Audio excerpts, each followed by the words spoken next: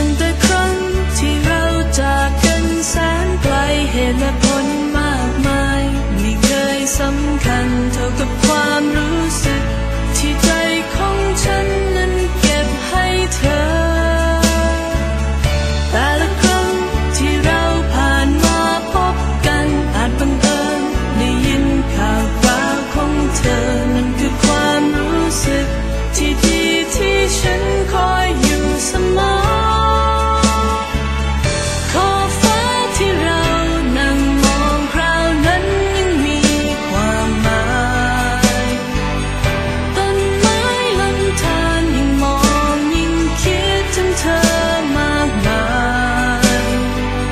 ชีวิตที่มัน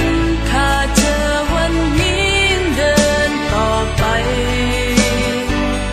แค่ได้คิดถึงก็เป็นสุขใจ